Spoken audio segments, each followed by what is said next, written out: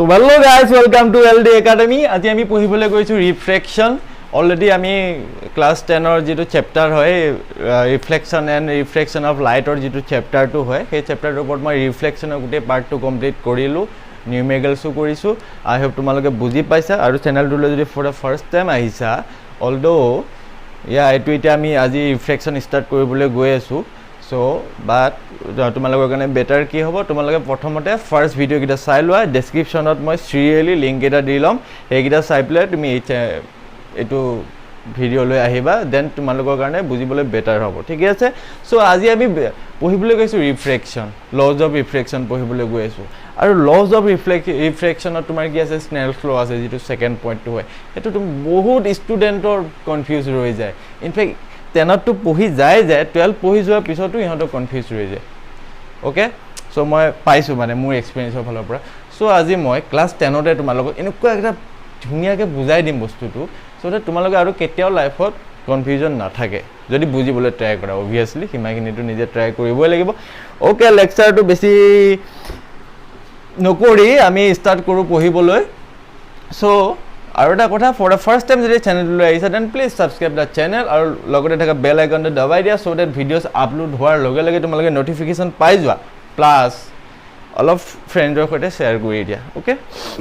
so যিমানে views বাঢ়িব কিমানে মোৰ ভিডিওস দিবলৈ ভাল লাগিব অলপ ইনস্পিৰেশন আহিব মোৰ কাৰণে আৰু কমেন্ট কৰিবা বুজি পাইছা নে নাই কেনেকুৱা হৈছে ভিডিওটো ওকে থ্যাংক ইউ সো আমি স্টাৰ্ট কৰিবলৈ গৈছো ৰিফ্লেকশন তো মই অলৰেডি এটা লেকচাৰত কৈ থৈ দিছিলো ৰিফ্লেকশন মানে কি দুটা টাইপছৰ আছে ৰিফ্লেকশন দুটা টাইপছৰ আছে বুলি কৈছিলো কিন্তু টাইপটো বুকছত নাথাকে দুটা টাইপ বুলি মই কিন্তু তোমাক লগ কি কৈ থৈছো রিফ্লেকশন দুটা টাইপৰ হ'ব পাৰে কি হ'ব পাৰে এখিনি বহুত ধুনিয়াকে বুজাই থোৱা আছিল সৰুকে আৰু এবাৰ বুজাই দিও মই ওকে সো ৰিফ্লেকশন মানে কি বুলি কৈছিলো মই যেতিয়া light travel কৰিব এটা মিডিয়ামৰ পৰা এটা মিডিয়ামলৈ and whenever there is a light travel from one medium to another medium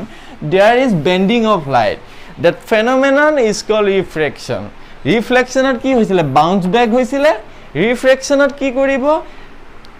light travel কৰিব from one medium to another medium but it will bend দুটা টাইপছৰ হ'ব পাৰে এটা কি হয় towards the normal আৰু এটা কি হ'ব পাৰে away from the normal okay দুটা কন্ডিশন লৈ লোৱা এটো কন্ডিশন 1 এটো কন্ডিশন 2 সো এটো মিডিয়াম 1 দিস ইজ মিডিয়াম 2 আৰু এডালক আমি নরমাল বুলি কইলো নরমাল মানে কি হয় normal is always makes an angle 90 degree with the surface okay this is medium 1 এখিনি পৰা মিডিয়াম 1 স্টাৰ্ট এখিনি পৰা মিডিয়াম 2 স্টাৰ্ট বেলেগ দুটা মিডিয়াম সো কি হল ৰে অফ লাইট এডাল যেটি এনেকে ইনসিডেন্ট কৰিব ইয়াত এই পইণ্টটোত ৰে অফ লাইট দিল এনেকে যে ইনসিডেন্ট কৰিব একচুয়ালি কি কৰিব লাগিছিল ই তোমাৰ স্ট্ৰেট গুছি যাব লাগিছিল ৰাইট সো ই কি কৰিব ই দুটা টাইপছৰ কৰিব পাৰে আইদাৰ ই বেন্ড কৰিব সো একচুয়ালি যাব লাগিছিল এনেকে বাট ই বেন্ড কৰিব either towards the normal or away from the normal so first কেসটো ললো আমি ই বেন্ড যাব লাগিছিল স্ট্রেট নেকে গুছি বাট ই বেন্ড কৰিব এই নৰমাল ডালৰ ফালে টুৱাৰ্ডছ দা নৰমাল মানে নৰমাল ডালৰ ফালে এনেকে বেন্ড কৰিব ওকে এটু কেতিয়া হয় যেতিয়া ৰে লাইট ট্ৰাভেল কৰে কোৰ পৰা ৰেয়াৰাৰ টু ডেন্সাৰ মিডিয়াম যেতিয়া মিডিয়াম 1 টু ৰেয়াৰাৰ মিডিয়াম হ'ব মিডিয়াম 2 টু ডেন্সাৰ হ'ব মানে কি ৰেয়াৰাৰ মানে কি হয় ধৰি লোৱা এয়াৰ যেতিয়া air to glass obviously denser হয় right glass to obviously denser হয় এয়াৰত কৈ ৰাইট সো এয়াৰৰ পৰা যেতিয়া গ্লাছলৈ ৰে অফ লাইট এডাল ট্ৰাভেল কৰিব so E at the point of refraction যৰ পৰা ৰিফ্লেকশন হয় স্টাৰ্ট কৰিব যদি তোমাৰ সেকেন্ড মিডিয়ামটো সোমাব দেন ই কি কৰিব স্ট্ৰেট গুছি নগৈ it will bend towards the নৰমাল এটো ফাৰ্স্ট টাইপ অফ ৰিফ্লেকশন বুলি কৈছিলো আৰু সেকেন্ডটো কি হয় এডাল ৰে যেতিয়া এনেকে ইনসিডেন্ট কৰিব দিস ইজ अगेन মিডিয়াম 1 এটো মিডিয়াম 2 এটা ৰে যেতিয়া ইয়াৰ পৰা ইয়ালৈ ইনসিডেন্ট কৰিব ই যাব লাগিছিল সিধা স্ট্ৰেট গুছি যাব লাগিছিল why because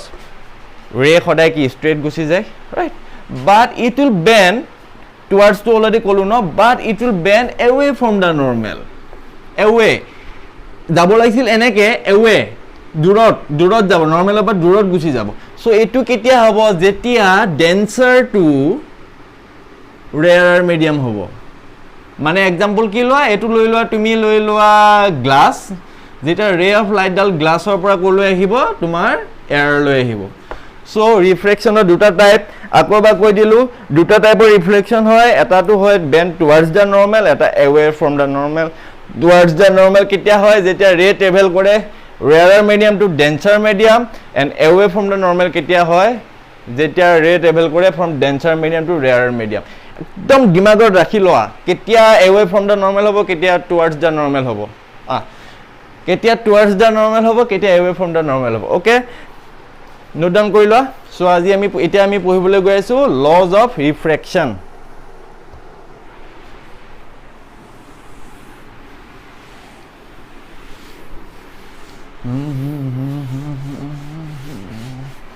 তোমালোকে পঢ়া ষ্টাৰ্ট কৰি দিয়া আৰু কৰোনাটো আহি আছে গৈ আছে পেচেঞ্চ বাঢ়ি গৈ আছে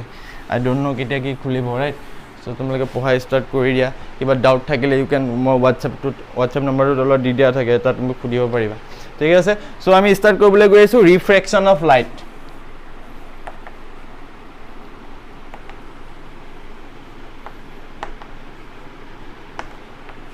সো ৰিফ্ৰেকশ্যন অফ লাইটৰ যেটো laws of refraction of light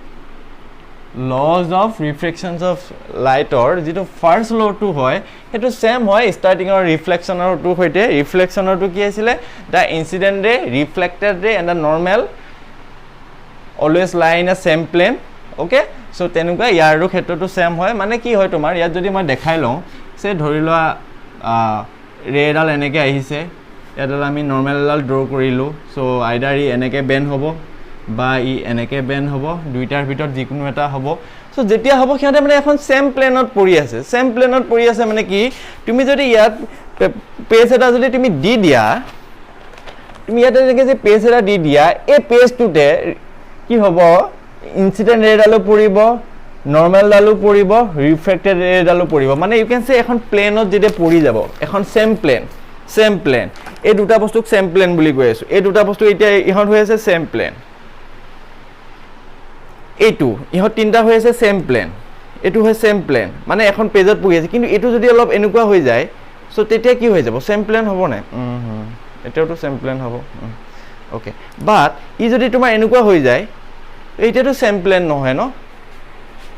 আইদাৰ এই দুটা সেম প্লেন আইদাৰ এই দুটা সেম প্লেন আইদাৰ এই দুটা সেম প্লেন কিন্তু তিনটা সেম প্লেন নহয় তিনটা একেলগে এখন পেজত আমি পুট ডাউন কৰিব নোৱাৰো কিয় নোৱাৰো বিকজ এটা ওলাই থাকিব এই দুটা যদি পুট ডাউন কৰো এটো ওলাই থাকিব এই দুটা যদি পুট ডাউন কৰো এটো ওলাই থাকিব গম পালা সেম প্লেন মানে কি সো লিখি লোৱা lodge of refraction of first পইণ্টটো লিখি লোৱা the incident ray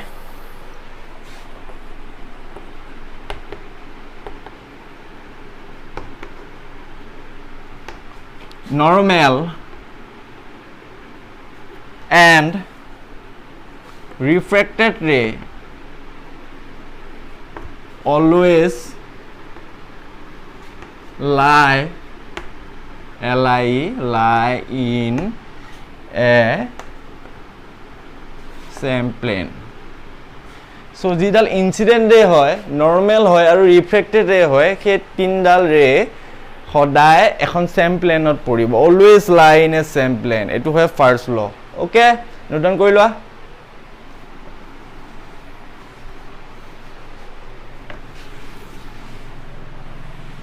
so second লটো important হয় সেকেন্ড লটো বহুত বেছি ইম্পৰ্টেন্ট হয় আৰু কনফিউজিং হয় সেকেন্ড লটো অলপ কনফিউজিং হয় সো সেই কনফিউজিংটো আজি মই তোমালোকৰ দূৰ কৰি দিম ক্লাস 10 তে দূৰ কৰি দিম এনেকুৱা সতে ক্লাস 12 যেতিয়া পাবা তেতিয়া মনত পৰিব সাৰে ভালকে পঢ়াইছিলে মানে কনসেপ্টটো মোৰ পুৰা ক্লিয়াৰ হৈ আছে ট্ৰাষ্ট মি অলপ মন দি কৰ ঠিক আছে সো এটো মানে কি হয় ইয়া সেকেন্ড লটো কি হয় ধৰি লোৱা এটো মিডিয়াম 1 এটো মিডিয়াম 2 ওকে সো ৰেডাল সাপোজ এনেকৈ আহিছে ইনসিডেন্ট ডে এৰা আমি এডাল কি হল নৰ্মেল এডাল ড্ৰ কৰিম ওকে সো এটা কি হ'ব ধৰি ললো আমি দুটা টাইপৰ বাৰে বাৰে কৰি নলহো আমি বেন্ড টুৱাৰ্ডছ দা নৰ্মেল কৰিবলৈ গৈ আছো ওকে সেম হ'ব এৱে ফৰ্ম এৱে কৰিলেও সেম হ'ব এটো টেনচন নলবা ওকে মই দেখাই দিম বাৰু সো ৰেডাল যাব লাগিছিল এনেকৈ ষ্ট্ৰেট ৰাইট এনেকৈ ষ্ট্ৰেট যাব লাগিছিলে সো ই কি কৰিব ই অলপ বেন্ড কৰিব এইফালে ঠিকে আছে এটুক লৈ লোৱা তুমি আই এটুক লৈ লোৱা এংগল আৰ এটু কি হৈ যায় angle of ৰিফ্ৰেকশন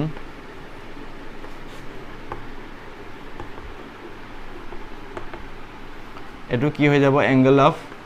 R A R এটু হৈ যাব এংগল অফ ইনসিডেন্স এটু কি হৈ যাব এংগল অফ রিফ্রেকশন ঠিক আছে সাইন আই সাইনার ওকে সো ইয়াৰ পৰা এটা ভ্যালু এটা পালো ধৰি লোৱা সাইন টু জানা ন সাইন থিটা cos থিটা some people have curly brown hair turns permanently black sin মানে কি হয় sin theta is equal to some people have perpendicular by hypotenuse so sin I এই অ্যাঙ্গেলটো যিমান হ'ব সাপোজ এটো 30 যদি হয় এটো কিমান হৈ যাব sin 30 okay so sin I by sin R value এটা যেটো পাবা ওকে সেই ভ্যালুটো ধৰি লোৱা তুমি suppose K sin I by sin R তুমি যেটো ভ্যালু পাই আছা সেই ভ্যালুটো সেম থাকিব ফৰ এভৰি কেস সেম থাকিব মিনিং টু কি এবাৰ আমি কি কৰিলো সেম মিডিয়াম হয় মিডিয়াম 1 আৰু মিডিয়াম 2 এ লৈছো মিডিয়াম 1 আৰু মিডিয়াম 2 এ লৈছো ইয়াত আমি নৰমাল ফাৰ্স্টতে ড্ৰ কৰি লৈছো এবা sin I টো যদি অলপ বহাই দিয়া সাপোজ এটো যদি 30 ডিগ্ৰী হৈছে একচুয়ালি আৰু অলপ বহাই দিয়া 45 ডিগ্ৰী ওকে মানে কি কৰিলা তুমি এবাৰ এই এংগলটো অলপ বহাই দিলা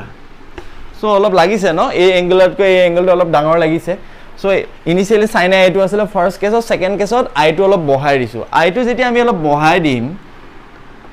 সো তেতিয়া কি হ'ব R টো অলপ বাঢ়ি যাব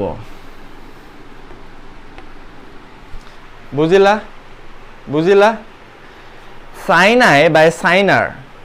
ইকুয়াল টু আমি কে পাইছিলো আৰু কি কৈছিলো ইয়াত যেটো এংগলটো আছিল সাপোজ এটো যদি 30 ডিগ্ৰী আছে আমি এক 60 ডিগ্ৰী কৰিছো সে এজিউম কৰি লৈছো যে এটো যদি 30 ডিগ্ৰী আছিল ধৰি লোৱা এটোক আমি 50 ডিগ্ৰী কৰি লৈছো ওকে সো তেতিয়া 50 ডিগ্ৰী যদি আমি কৰিম এটো যদি এই এংগলটো যিমান ডিগ্ৰী থাকে এটো অলপ বাঢ়ি যাব কিয় বাঢ়ি যাব sin I বাঢ়াৰ লগে লগে sin R বাঢ়ি আছে মানে আলটিমেটলি ইয়াৰ পৰা যেটো তুমি sin I by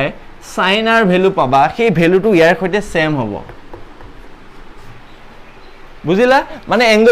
angle of incidence যিমানে বহাই গৈ থকা এংগল অফ ৰিফ্ৰেকশনটো ইমানে বাঢ়ি গৈ থাকিব আৰু এজ এ হোল যেটো ৰেশিও পাবা তুমি sin I by sin R হেতু সদায় কনস্ট্যান্ট থাকিব ওকে ইয়াতকৈ আমি আৰু বহাই দিও এবাৰ থাৰ্ড কেস এটা লওঁ থাৰ্ড কেসটোত আমি আৰু বহাই দিও ইয়াৰ পৰা দি দিলো বাঢ়িছে ন ইয়াতকৈ এবাৰ ইয়াটো বাঢ়িছে ন সো ই যাব লাগিছিল কেনেকে এনেকে গুছি যাব লাগিছিল so it will band like this এই ভ্যালুটো I এংগল বাঢ়িছে I এংগলটো ইয়াৰ পৰা এটো এক কম্পেয়াৰ কৰা এই এংগলতকৈ এই এংগলটো বাঢ়িছে সোয়া এই R টোতকৈ এই R টো বাঢ়িছে মানে যেতিয়া I এংগল অফ ইনসিডেন্স টো বাঢ়ি গৈ থাকিব তেতিয়া এংগল অফ ৰিফ্ৰেকশন টো বাঢ়ি গৈ থাকিব সো দ্যাট এনেকে বাঢ়িব সো দ্যাট ইয়াৰ যেটো sin I by sin R পাবা that will be again equal to k মানে কেস তুমি যেতে নলৱা 10 টা লৱা 20 টা লৱা 25 টা লৱা 50 টা লৱা 100 টা লৱা ডাজন্ট ম্যাটাৰ যেতিয়া এংগল অফ ইনসিডেন্স টো বাঢ়িব এংগল অফ ৰিফ্ৰেকশন টো বাঢ়িব sin I by sin R will be equal to constant যেতিয়া এংগল অফ ইনসিডেন্স টো কমিব এংগল অফ ৰিফ্ৰেকশন টো কমিব again sin I by sin R will be always equal to constant ঠিক আছে সেই লটোকে কোৱা হয় স্নেলস ল মানে কি হৈ যায় Snell's law মানে কি হৈ যায় the ratio of sin I by sin R is always constant মানে কি লিখিবা এটো যদি লিখিবলৈ যায় এই বুলি লিখিলোৱা the ratio of sin I to the sin R that is sin of angle of incidence to the sin of angle of refraction is always constant okay আৰু সেই কনস্ট্যান্ট টুকে কোৱা হয় refractive index of medium 2 with respect to medium 1 নতুন বস্তু এটা দি দিলো ন পটককে সো এটোকে কোৱা হয় refractive index of medium 2 with respect to 1 কিছুমান বুকছত এনেকে লিখা থাকিব কিছুমান বুকছত এনেকে লিখা থাকিব ডোন্ট গেট কনফিউজ এটো হৈ যায় refractive index of medium 2 with respect to medium 1 এটো হৈ যায় refractive index of medium 2 refractive index of medium 1 okay কি বস্তু মই ভালকে বুজাই দি আছো নেক্সট যেটো লেকচাৰ তাত আমি ৰিফ্ৰেক্টিভ ইনডেক্সৰ ওপৰত ভালকৈ পঢ়িম সো এতিয়াও অলপ মই স্লাইডলি বুজাই দি দিছো সো ধৰি লোৱা এটো এটা এংগল হৈ গ'ল ধৰি লোৱা এংগল আই ওকে সো ই যাব লাগিছিল এনেকে so it will bend towards the normal towards the normal bend hole so ইয়াত আমি কি পাম যেটো sin i by sin r পাম is equal to আমি কি জানো constant he constant equal to কি হৈ যায় সো এটসব মিডিয়ামৰে এটা ৰিফ্ৰেক্টিভ ইনডেক্স থাকে এই মিডিয়ামটো ৰিফ্ৰেক্টিভ ইনডেক্স আছে তোমাৰ 1 মিডিয়াম 1 ধৰিছিলো সো ইয়াৰ ৰিফ্ৰেক্টিভ ইনডেক্স আছে μ1 আৰু এই মিডিয়ামটো এটো মিডিয়াম 2 হয় ন ইয়াৰো এটা ৰিফ্ৰেক্টিভ ইনডেক্স আছে সেই ৰিফ্ৰেক্টিভ ইনডেক্সটো হৈ যায় তোমাৰ μ2 okay ইয়াৰ ৰিফ্ৰেক্টিভ ইনডেক্স হয় μ1 ইয়াৰ ৰিফ্ৰেক্টিভ ইনডেক্স হয় μ2 সো ইয়াৰ পৰা আমি কি লিখো sin a by sin r equal to কি লিখিম refractive index of 2 by refractive index of 1 যদি এটো যি কনফিউজ হোৱা sin a by sin r equal to μ2 by μ1 যদি কনফিউজ হোৱা তোমালোক এটা মই শৰ্টকাট এটা দিয়াছো হেতু মনত ৰাখিবা তাৰ পৰা তুমি কেতিয়াও লাইফত কনফিউজ নোহোৱা কেতিয়া μ1 by μ2 লিখিম আৰু কেতিয়া μ2 by μ1 লিখিম ওকে সো ধৰি লোৱা it will bend like this so ধৰি লোৱা এটো এংগল i এটো ধৰি লোৱা এংগল r এটো ধৰি লোৱা μ1 এটো ধৰি লোৱা μ2 so কি কৰিবা ফাৰ্স্ট লিখিবা sin i ইনটু তাৰ লগত সেই মিডিয়াম টুৰে যেটো refractive index that is μ1 equal to দিবা sin r into μ2 কাম ফিনিশ হৈ গ'ল ইয়াৰ পৰা ওলাব দিয়া সো এটা কি কৰা sin r টো ইফালে লৈ আনা কি হৈ যাব sin i by sin r আই গ'ল ইফালে কি ৰৈ গৈছে μ2 μ1 টো ইটো সাইডত লৈ যোৱা by μ1 ফিনিশ কাম ফিনিশ যদি কেনে এটো যদি কনফিউজ হোৱা sin i by sin r equal to μ2 by μ1 বুলি কৰিবলৈ সো এনেকে মনত ৰাখিবা বিকজ পিছলৈ যেটা গৈ থাকিবা μ1 μ2 বুলি নাথাকে গ্লাস এয়াৰ এনেকুৱা টাইপৰ কোৱেশ্চনছ থাকি যাব পাৰে সো তাৰ ক্ষেত্ৰটো কি কৰিবা তুমি sin a by sin r equal to কি লিখিবা μ2 by μ1 ওকে গ্লাস লৈ পেলাই এটা মই দেখাই দিছো সো দ্যাট তোমালোকে কনফিউজ নোহোৱা